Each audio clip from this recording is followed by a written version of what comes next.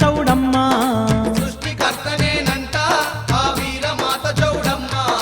దుష్టులను చెండాడా ఎన్నో అవతారలెత్తినదంట దుష్టులను చెండాడా ఎన్నో అవతారాలెత్తినదంట హస్తచేతులున్న అమ్మ ఆదిశక్తెనంట అష్టచేతులున్న అమ్మ ఆదిశక్తేనంట అందరికీ బంధువై ఆ తల్లి నందవరములో కొలువై